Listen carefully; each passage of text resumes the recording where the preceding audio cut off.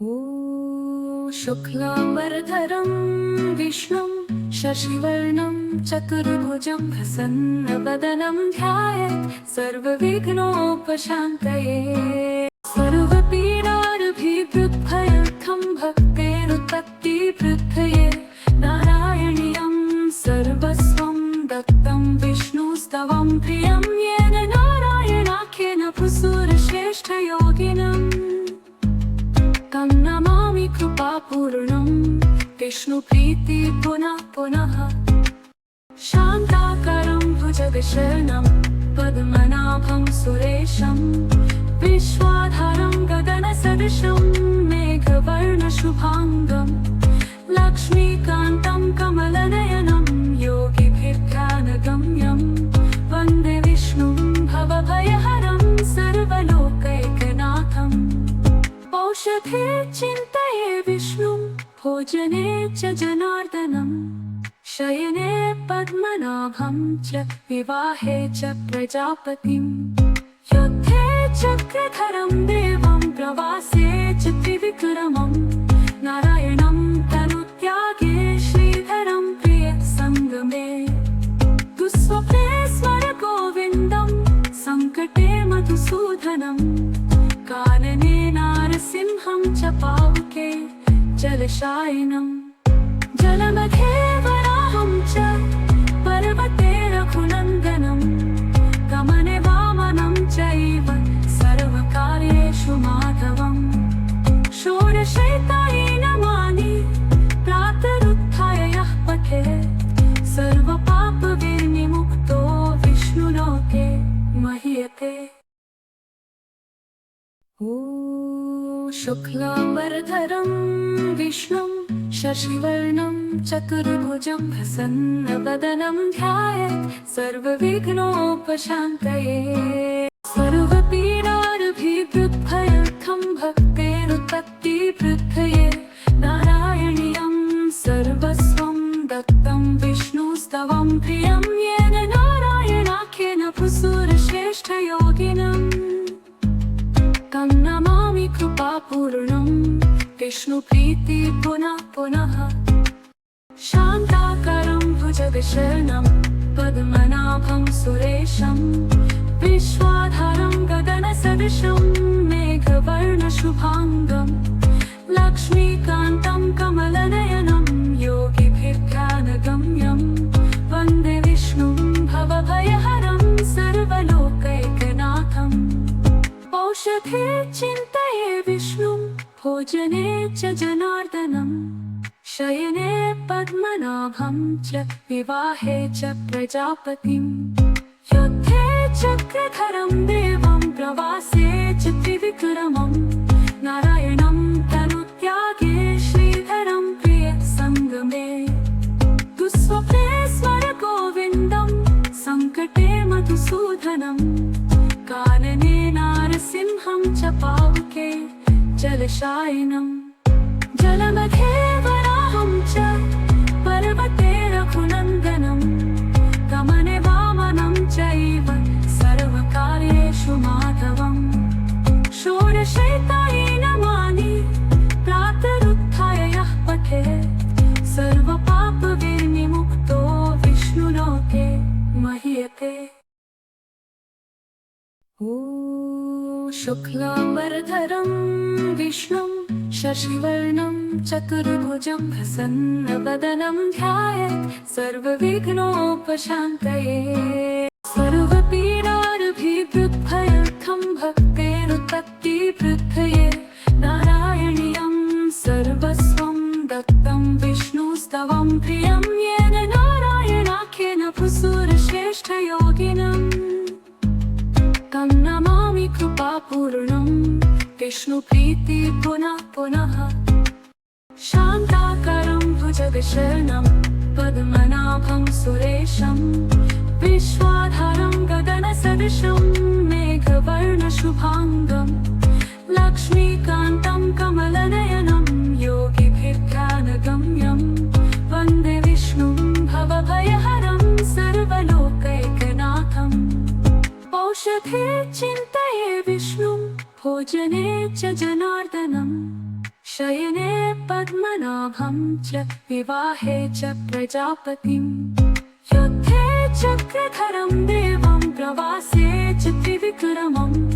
नारायणं तनुत्यागे श्रीधरं प्रियसङ्गमे दुःस्वप्ने स्मर गोविन्दं सङ्कटे मधुसूदनं कानने नारसिंहं च पावके जलशायिनम् जलमध्ये वराहं च पर्वते रघुनन्दनं गमने वामनं चैव सर्वकार्येषु माधवं षोडशैतानि नामानि प्रातरुत्थाय यः पठेत् सर्वपापविनिर्मुक्तो विष्णुलोके महीयते। शुक्लाम्बरधरं विष्णुं शशिवर्णं चतुर्भुजं प्रसन्नवदनं ध्यायेत् सर्वविघ्नोपशान्तये सर्वपीडाभिवृद्भयर्थं भक्तेरुत्पत्तिवृद्धये नारायणीयं सर्वस्वं दत्तं विष्णुस्तवं प्रियं येन नारायणाख्येन भूसुरश्रेष्ठयोगिनम् तं नमामि कृपापूर्णं विष्णुप्रीति पुनः पुनः शान्ताकारं भुजगशयनं पद्मनाभं सुरेशं विश्वाधारं गगनसदृशं मेघवर्णशुभाङ्गं लक्ष्मीकान्तं कमलनयनं योगिभिर्ध्यानगम्यं वन्दे विष्णुं भवभयहरं सर्वलोकैकनाथम् औषधे चिन्तये विष्णुं भोजने च जनार्दनं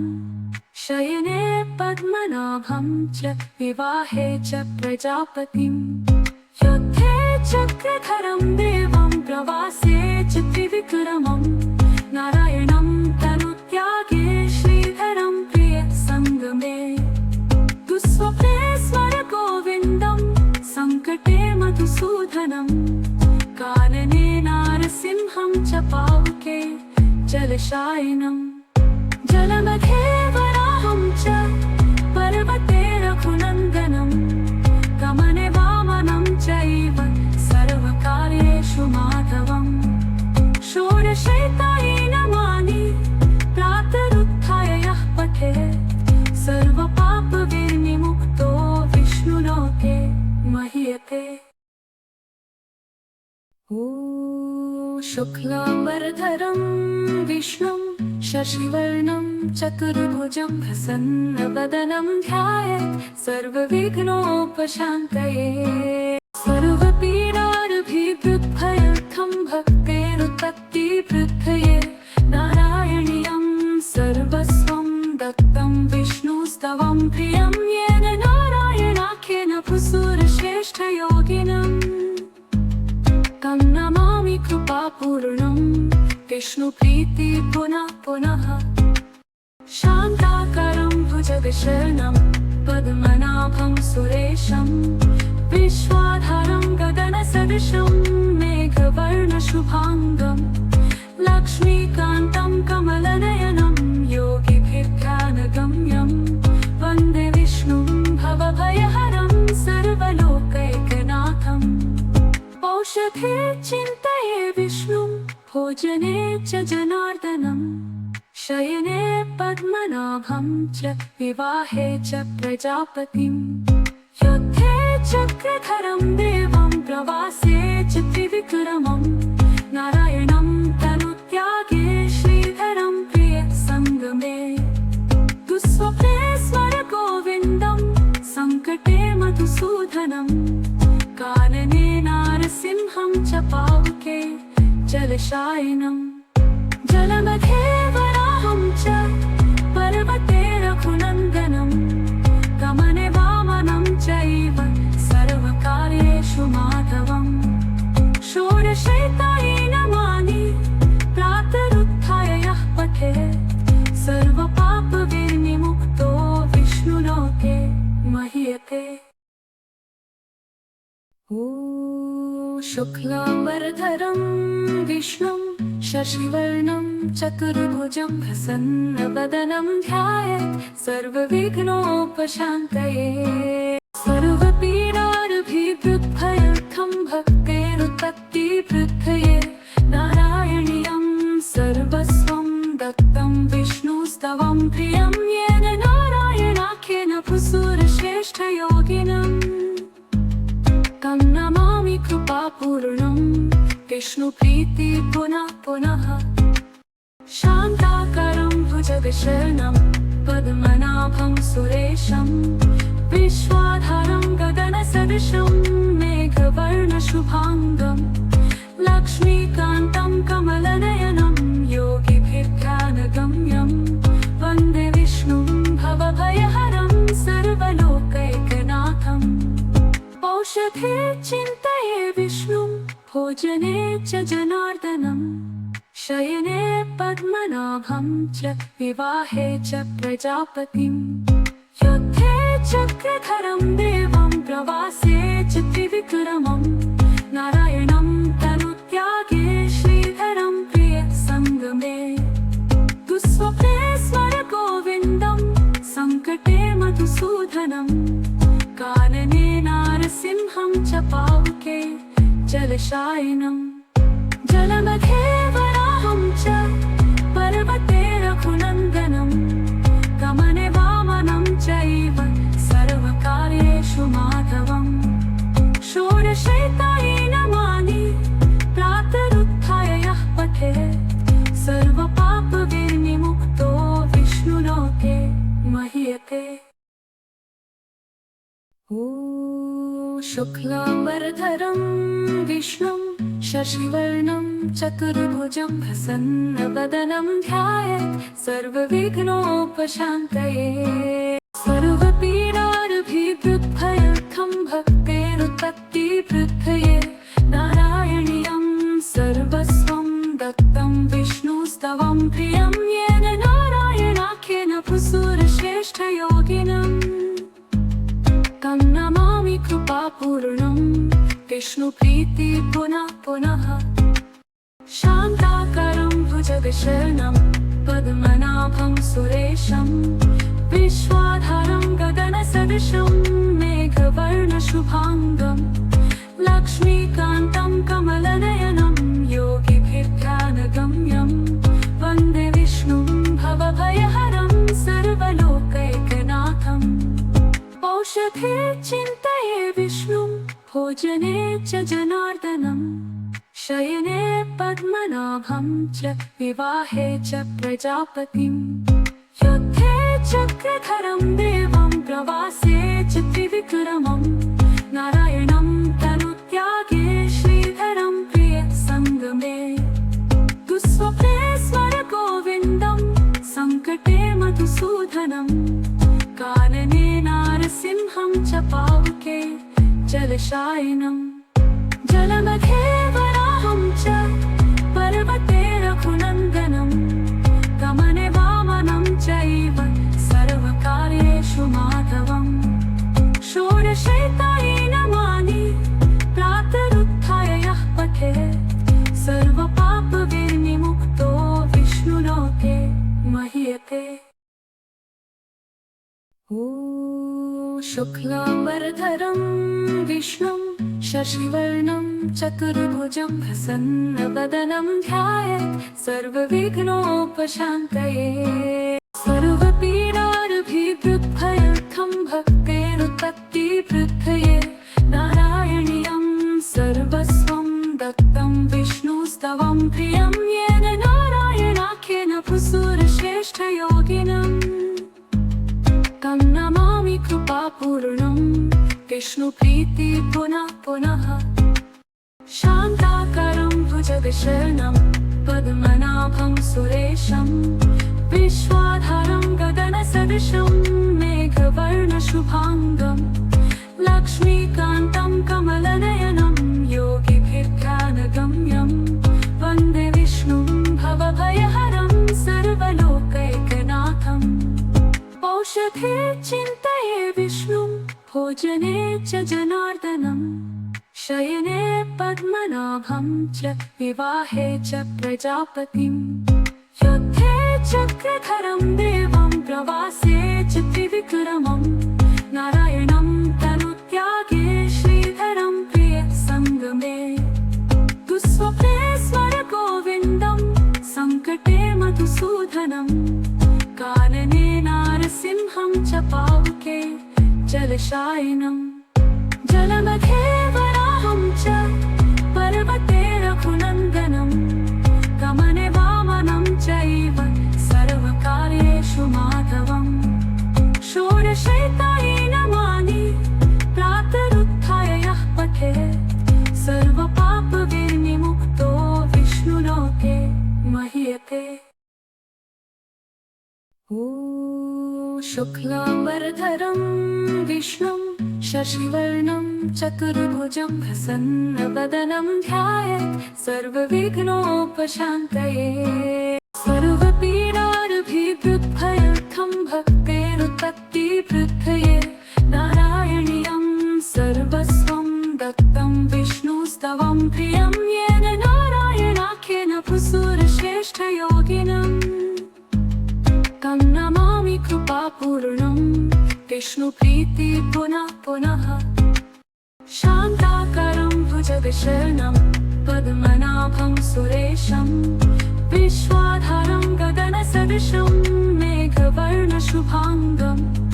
लक्ष्मीकान्तं कमलनयनं योगिभिर्ध्यानगम्यं वन्दे विष्णुं भवभयहरं सर्वलोकैकनाथम् औषधे चिन्तये विष्णुं भोजने च जनार्दनं शयने पद्मनाभं च विवाहे च प्रजापतिं युद्धे चक्रधरं देवं प्रवासे च त्रिविक्रमं नारायणं तनुत्यागे श्रीधरं प्रियसङ्गमे दुःस्वप्ने स्मर गोविन्दं सङ्कटे मधुसूदनं कानने नारसिंहं च पावके जलशायिनम् जलमध्ये वराहं च पर्वते रघुनन्दनं गमने वामनं चैव सर्वकार्येषु माधवं षोडशैतानि नमानि प्रातरुत्थाय यः पठेत् सर्वपापविनिर्मुक्तो विष्णुलोके महीयते। शुक्लाम्बरधरं विष्णुं शशिवर्णं चतुर्भुजं प्रसन्नवदनं ध्यायेत् सर्वविघ्नोपशान्तये सर्वपीडाभिवृद्भयर्थं भक्तेरुत्पत्तिवृद्धये नारायणीयं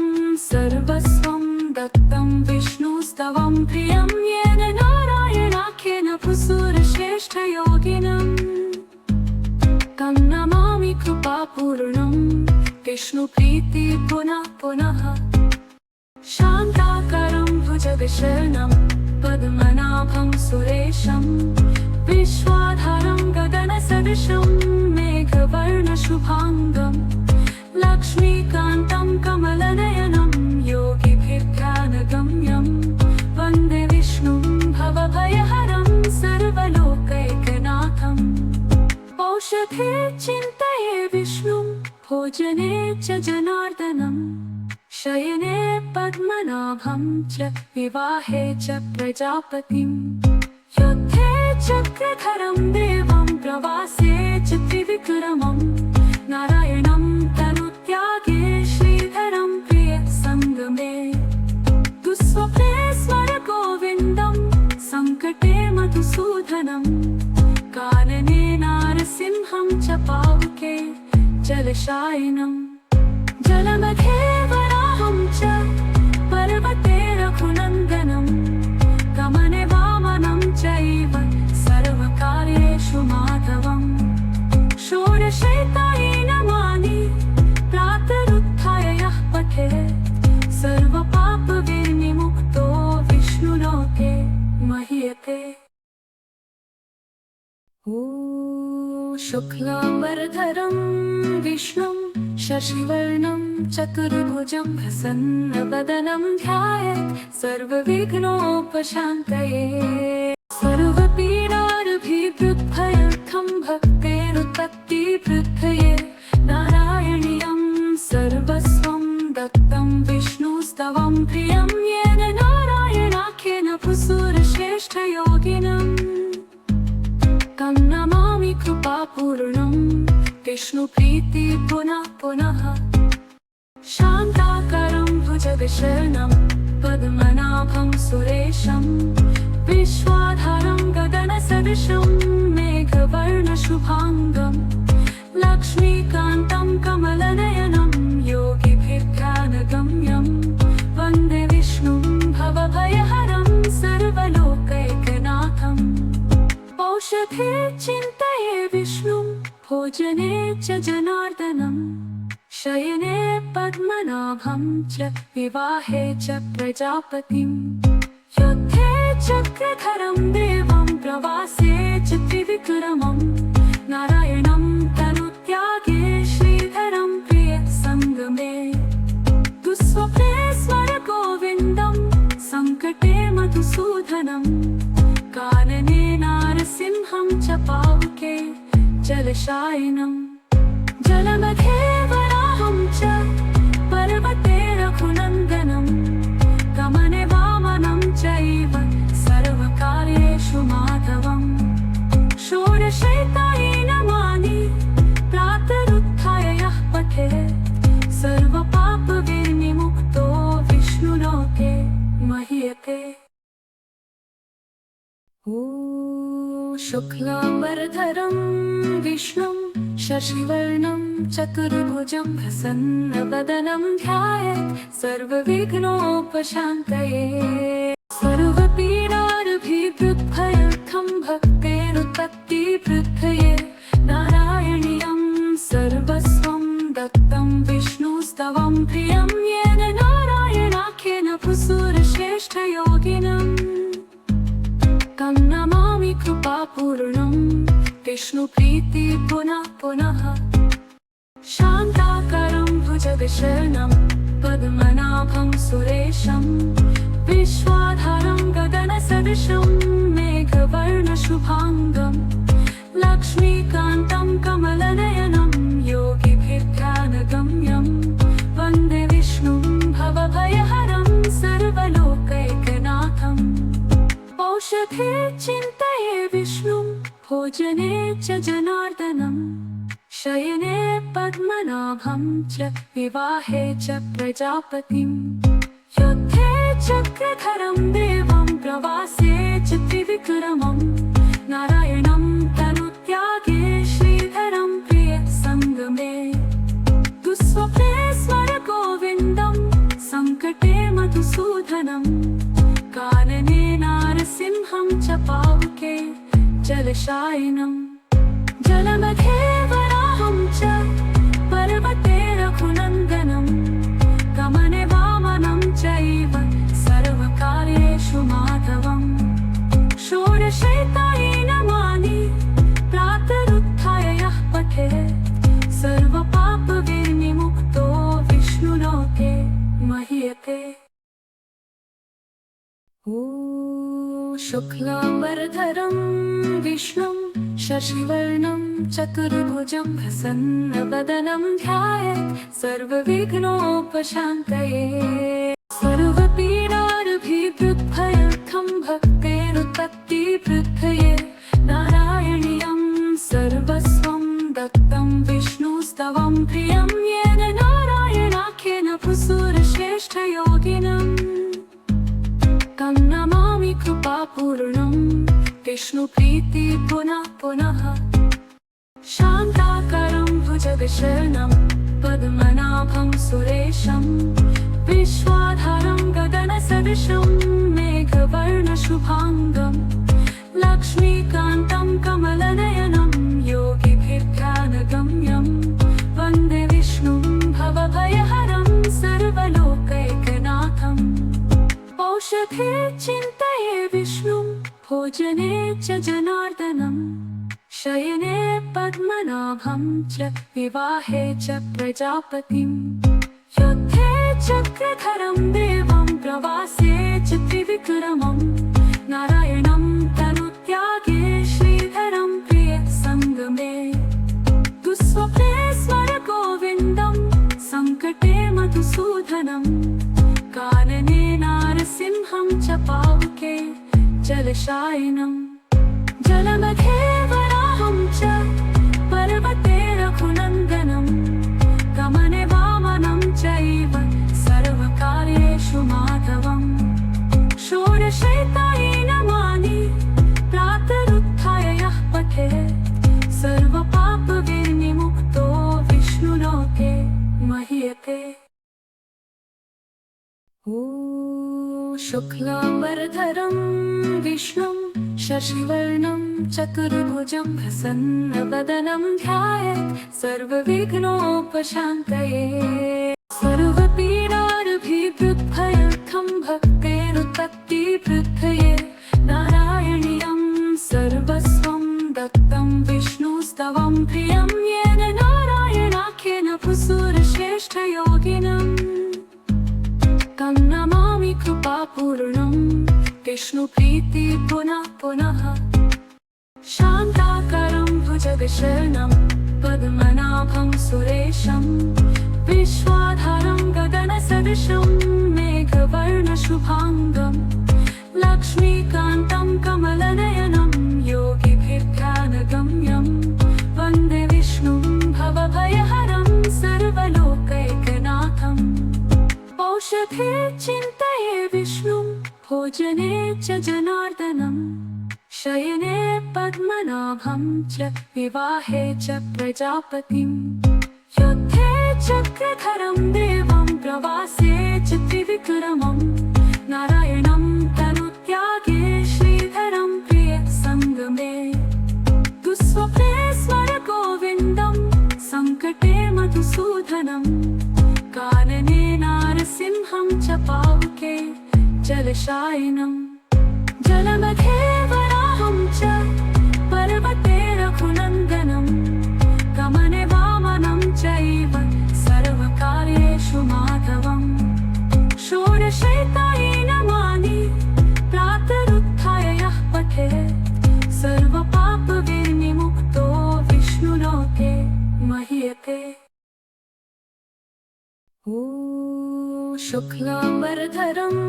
विष्णुं शशिवर्णं चतुर्भुजं प्रसन्नवदनं ध्यायेत् सर्वविघ्नोपशान्तये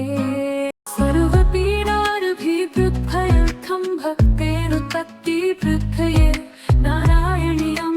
सर्वस्वं दत्तं विष्णुस्तवं प्रियं येन नारायणाख्येन पुसुरश्रेष्ठयोगिनम् तं नमामि कृपापूर्णं विष्णुप्रीति पुनः पुनः शान्ताकारं भुजगशयनं पद्मनाभं सुरेशं विश्वाधारं गगनसदृशं मेघवर्णशुभाङ्गं लक्ष्मीकान्तं कमलनयनं योगिभिर्ध्यानगम्यं वन्दे विष्णुं भवभयहरं सर्वलोकैकनाथम् औषधे चिन्तये विष्णुं भोजने च जनार्दनं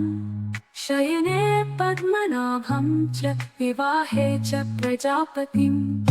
युद्धे चक्रधरं देवं प्रवासे च त्रिविक्रमं नारायणं तनुत्यागे श्रीधरं प्रियसङ्गमे दुःस्वप्ने स्मर गोविन्दं सङ्कटे मधुसूदनं कानने नारसिंहं च पावके जलशायिनम् जलमध्ये वराहं च पर्वते रघुनन्दनं गमने वामनं चैव सर्वकार्येषु माधवं षोडशैतानि नमानि प्रातरुत्थाय यः पठेत् सर्वपापविनिर्मुक्तो विष्णुलोके महीयते। शुक्लाम्बरधरं